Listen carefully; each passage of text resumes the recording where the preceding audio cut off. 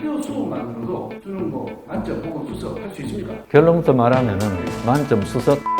나는 의대 유치원을 만드는 학원이나 거기에 보내는 학부모 모두 아동 학대죄로 구속하겠어요. 대구 수성구 학부모님이 대치동 학부모보다 더 심하게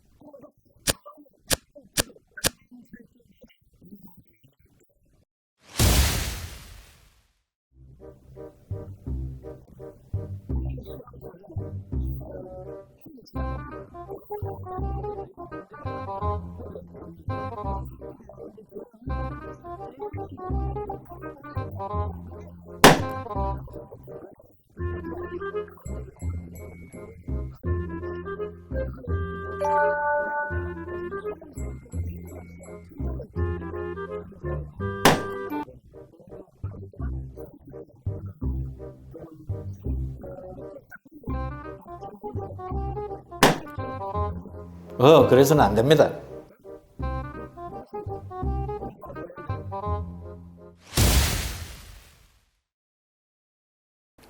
안녕하세요. 교육 전문가시군요. 그럼 수능에 대해서는 아주 잘 아시겠네요. 저보고 수능 시험을 치락하면은 고득점은 뭐하지만 우리 원래 그 점수가 잘 안 나오는 학생이 문제 좋다 나쁘다 평가는 잘하거든요. 네. 그래서 저도 뭐 그런 입장이라고 보면 됩니다. 그럼 또 어떻게 하면은 수능을 잘 칠 수 있다 이런 거 팁도 좀 주실 수 있습니까? 있죠. 굉장히 나눠 분석을 좀 하는 스타일이라서 질문도 좀 그렇게 해도 괜찮겠습니까? 예, 뭐 어떤 질문이라도 하십시오. 자, 이번 그 수능 수석이 대구 수성이 중심고시 만점하고 수석은 다른 의미인가요? 수학능력 시험은 점수 공개가 어떻게 되느냐 발표가 100분위 점수와 등급과 표준 점수로 나오는데 예를 들면은 같은 사회라도 생활과 윤리 만점하고 사회문화 만점하고 같은 만점인데 표준 점수는 차이가 날 수 있어요. 하나 틀려도 만점 학생보다 과목에 따라서 표준 점수가 더 많으니까 정확한 표현으로 쓰면은 표준 점수로 본 수석. 그 다음에 한 학생은 전 문항을 마친 만점자. 이렇게 표현하는 게 정확하죠. 이 수능 시험 보는 게 아니고 규정에 대해서 들었는데도 벌써 머리가 아프기 시작했는데 근데 저는 예전부터 이게 참 궁금한 게 대체 수성구는 뭐가 하길래 그렇게 애들이 시험을 잘 치고 성적이 좋을까요? 일단 중학교에서 고등학교 올라올 때 학생들의 그 성적이 좋습니다. 그리고 여러 가지 뭐 사교육을 포함해서 교육 인프라가 대구 수성구가 제가 보기에는 서울 대치동에 못지않다고 생각을 합니다. 이게 학부모들이 많이 하는 얘기 중에 애들 공부시키려면 수성구 가야 된다. 또 어떤 엄마는 거기 가면은 너무 애들이 잘하기 때문에 경쟁에서 처져가지고 애들이 스키가 죽는다. 이게 어떤 게 맞습니까? 경쟁 자체를 즐기고 그 경쟁의 압박을 견뎌낼 수 있는 학생은 그 주변에 좋은 경쟁자들과 경쟁하면서 발전하는 학생이 있고 어떤 학생은 경쟁을 굉장히 힘들어하고 어려워하는 학생이 있어요. 이런 학생은 편안한 곳에서 공부하는 게 더 나을 수도 있습니다. 아이의 성향, 적성에 따라서 조금씩 차이가 있지 어디 이쪽이 무조건 좋고 나쁘고 이런 것은 없습니다. 옛 어른들의 말씀대로 어디 있어도 지하기 나릅니다. 우리 학부모님들 들으셨죠? 애들 적성이나 이 특성에 따라서 결정을 해야 된다 이런 말씀. 예, 그렇습니다. 혹시 그 수성구에 거기 뭐 풍수지리상으로 뭐 좀 좋다 이런 얘기는 못 들어보셨죠? 풍수지리라는 것도 네. 어떤 긍정적인 마음을 가지기 위해서 우리가 거기에 더 보태는 그런 요소도 많거든요. 사람 자체가 의지가 강하고 뜻을 이루겠다고 하면은 안전자리가 꽃자리입니다. 거기에 무슨 풍수가 있겠습니까? 예, 특히 젊은 학생에게는 이런 이야기를 하는 것은 바람직하지 않다는 거죠. 그러니까 결국 제가 잘못됐다는 얘기인가요? 예? 이번에 그 정부가 킬러 문항은 없었다 예. 하지만은 근데 정말 솔직하게 학교 수업만으로도 수능 뭐 만점 혹은 수석 할 수 있습니까? 결론부터 말하면은 네. 만점 수석 가능합니다. 가능하다. 그런데 이제 킬러 문항에 대해서 이야기하면 킬러 문항을 배제하겠다고 할 때 그때 이제 언론에서는 사교육 수요가 줄어들겠다. 내년에 서울대학교나 혹은 명문의과대학이 신입생을 구구단 암기하는 걸로 선발하겠다고 하면은 사교육 없어질 것 같습니까? 안 없어지죠. 내년에 명문대학이 구구단 암기로 신입생을 뽑는다고 해도 지금 시중의 학원들은 밤새 간판 바꿔답니다. 구구단 광속으로 암기하는 비법 최초 공개.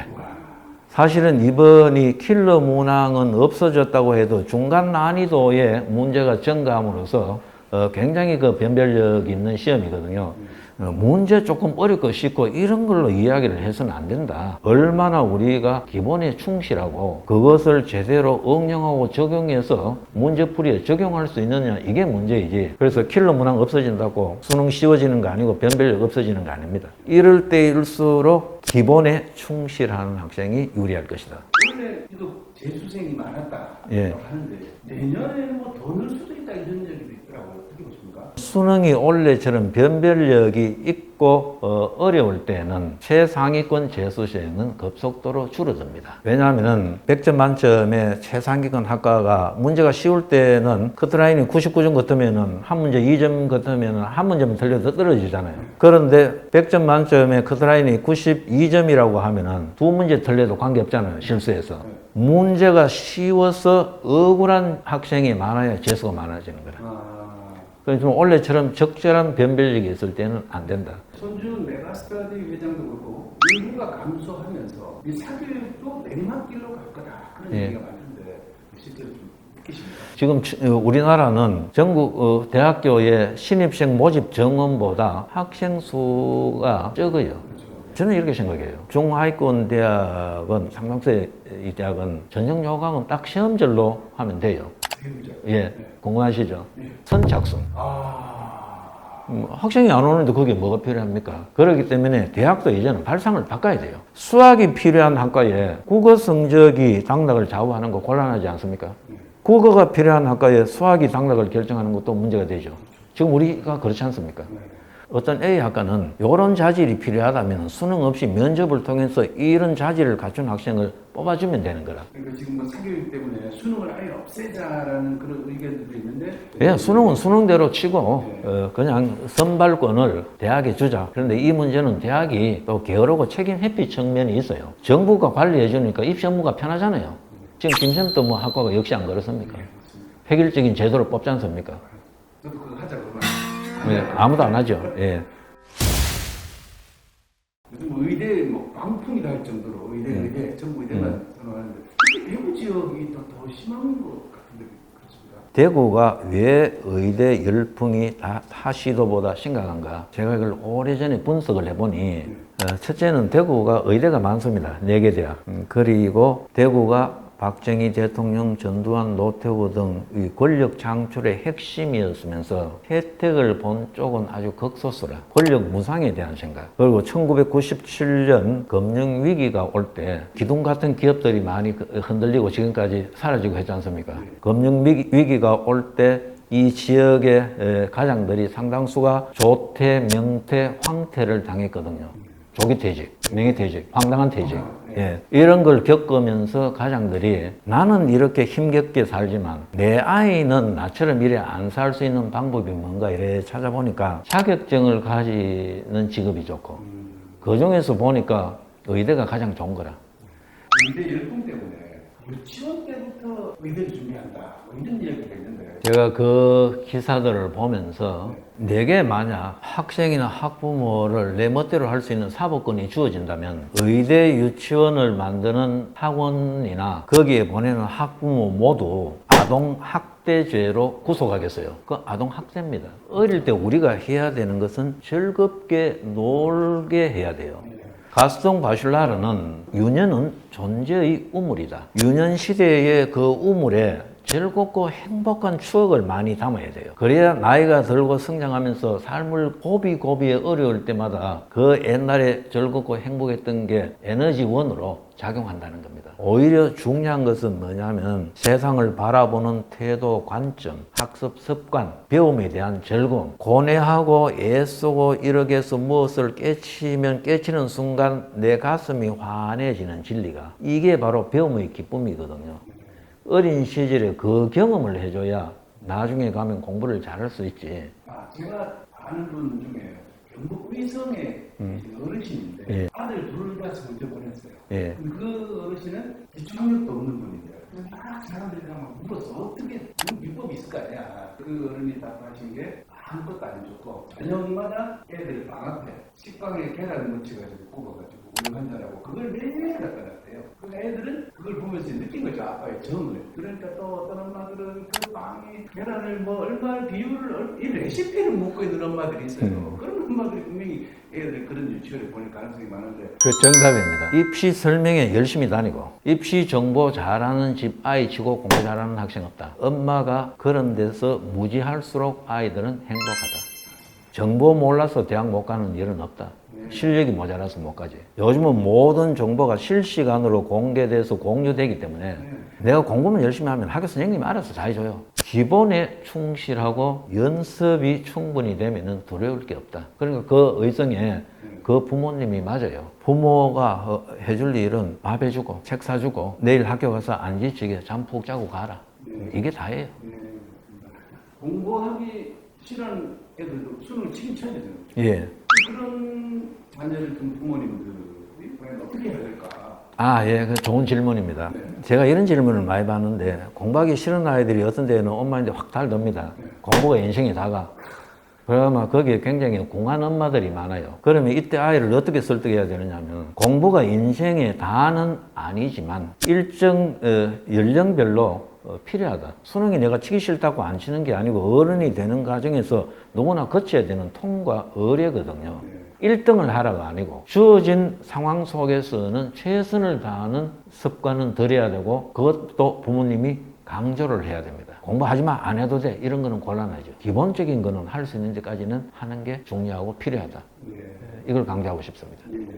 내년에 이제 수능 시험 칠 학생들은 지금 고2 학생들 지금 벌써 자기들이 고3이다 이렇게 생각을 하고 준비를 하는데 내년에 수능을 앞둔 학생들이 어떤 준비를 해야 될지 실질적인 조언을 좀 해주시죠. 예, 결론부터 말씀드리면은 선행학습은 10명이 하면은 2명은 효과를 보고 8명은 오히려 학습 의욕이 감해진다. 선행학습은 학습 의욕을 꺾고 교실 붕괴의 주범이다. 학원에서 대충 배우고 오니 한 반에 40명이면은 그러면 앞에 5명은 다 배웠으니 재미없으니 자고 그 다음에 끝에 또 한 30등에서 40등은 뭐 쉽게 가르치든 어렵게 가르치든 관계없이 또 자거든요. 앞에 자고 뒤에 자니 중간도 할 수 없이 자야 되는 거라. 다 자죠. 그래서 이게 바로 그 선행학습 부작용이고 제가 보기에는 대구 수성구 학부모님이 대치동 학부모보다 더 심하게 묻지마 투자를 하고 있다. 학원에서 우리가 적중 쪽집게 이런 표현을 쓰잖아요. 저는 옛날부터 쪽집게 강사나 쪽집게 이런 표현을 붙이는 사람도 잡아 넣어야 된다. 구수. 예. 왜냐하면은 이 수능이라는 게 교과서적인 기본 개념을 출제위원들이 항상 채로 만듭니다. 비슷하지만 똑같지는 않아요.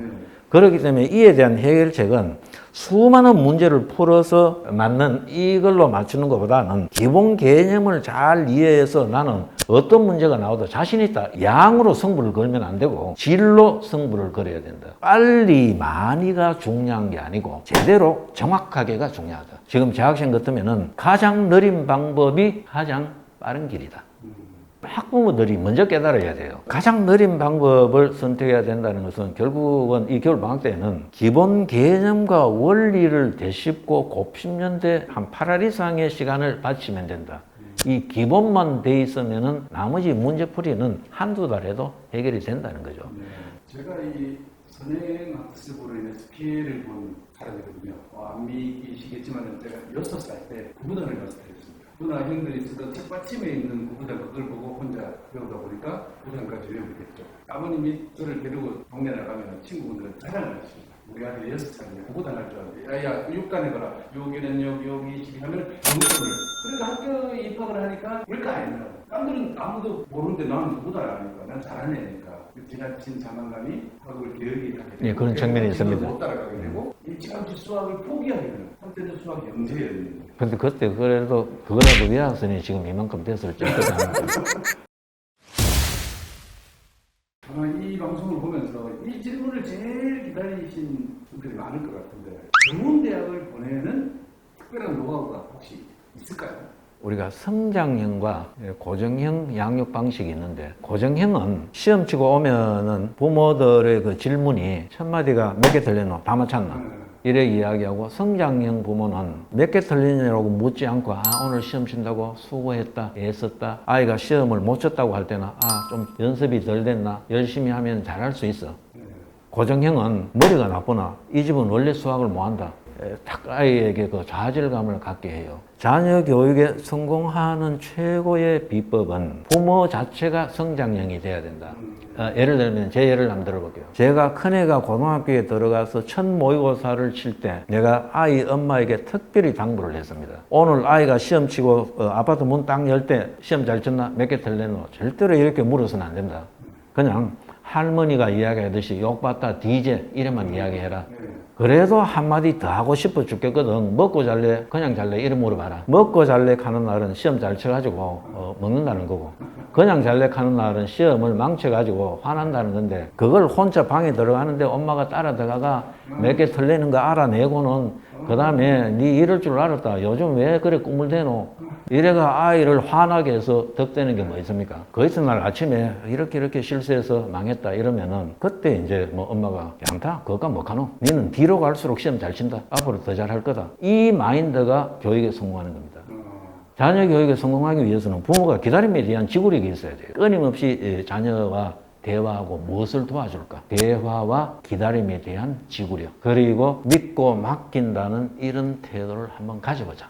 말씀드리면서 나는 성장형 부모구나 라는 생각을 저와 같이 사는 사람은 고정형이더라. 제일 듣기 싫은 얘기 그겁니다. 남의 집에 전화해갖고 그 집에 이번에 시험 맞췄나? 이거 왜 그러는지 모르겠어요. 절대로 상대적인 비교를 하면 안 돼요. 비교는 배움의 즐거움과 학습 의욕을 꺾는 지름길이에요. 이렇게. 많이 수업되고 있습니다. 그래서 잘 들으시고서 매번 힘드시고 실천하는 게 가장 중요한 것 같습니다. 그래서 귀한 시간 나와주셔가지고 좋은 말씀 해주셔서 너무 감사드리고 오늘 저기 나와서 오늘 방송하시겠습니다. 여러분 고맙습니다.